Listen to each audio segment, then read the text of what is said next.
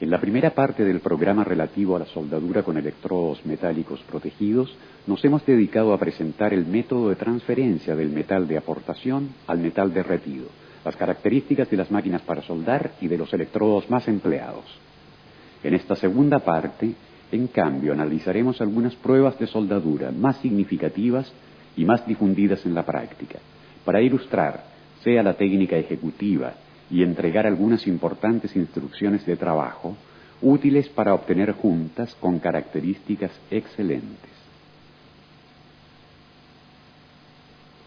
Hemos ya ilustrado ampliamente los tipos de electrodos que existen en comercio, su designación y los criterios de elección y de empleo.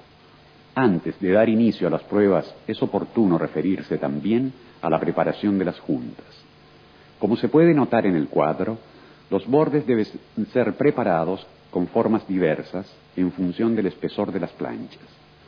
Para piezas que posean un espesor entre 1 y 4 milímetros, se usan bordes rectos muy aproximados.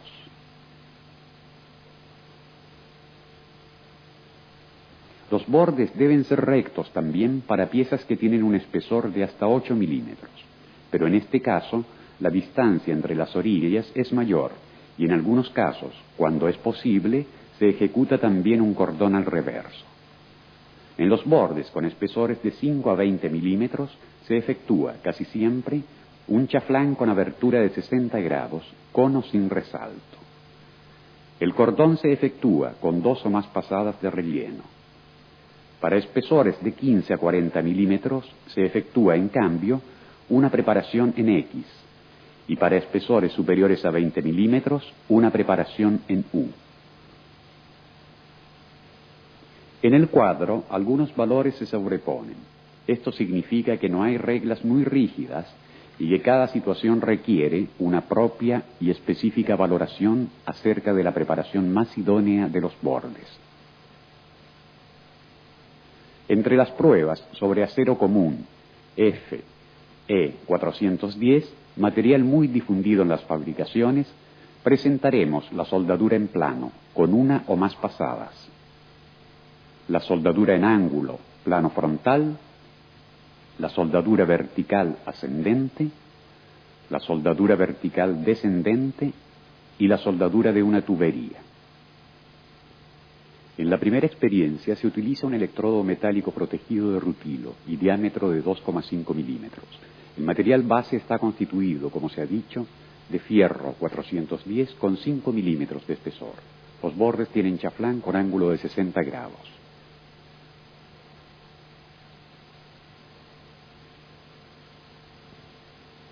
Para encender el arco, el operador toca la pieza con la punta del electrodo, creando un breve cortocircuito e inmediatamente se aleja para hacer saltar el arco.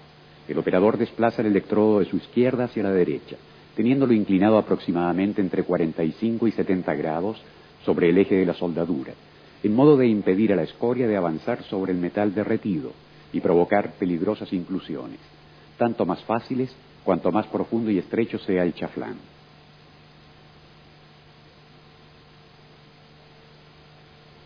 Para evitar inclusiones de escoria, basta inclinar un poco más el electrodo y alargar el arco por algunos instantes. La corriente de soldadura utilizada es de 80 amperios. Antes de cambiar el electrodo y reiniciar el trabajo sobre una superficie metálica bien pulida, el operador remueve la escoria misma del depósito precedente.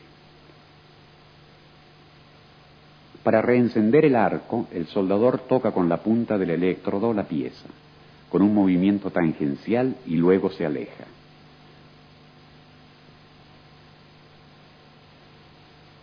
Se puede notar la correcta posición del operador y del electrodo respecto de la pieza.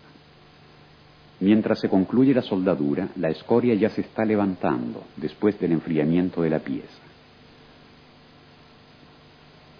Para evitar el cráter final, el operador permanece por breve tiempo en el punto terminal de la soldadura, en modo que la fusión de la ánima lo rellene.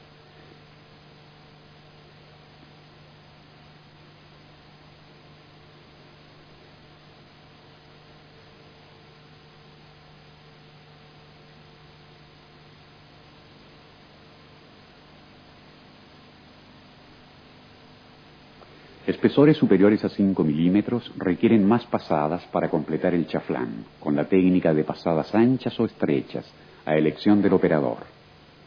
En un espesor de 12 milímetros, por ejemplo, han sido necesarias 4 pasadas para rellenar el chaflán. Esto ha permitido obtener una junta bien penetrada en los lados y sin defectos.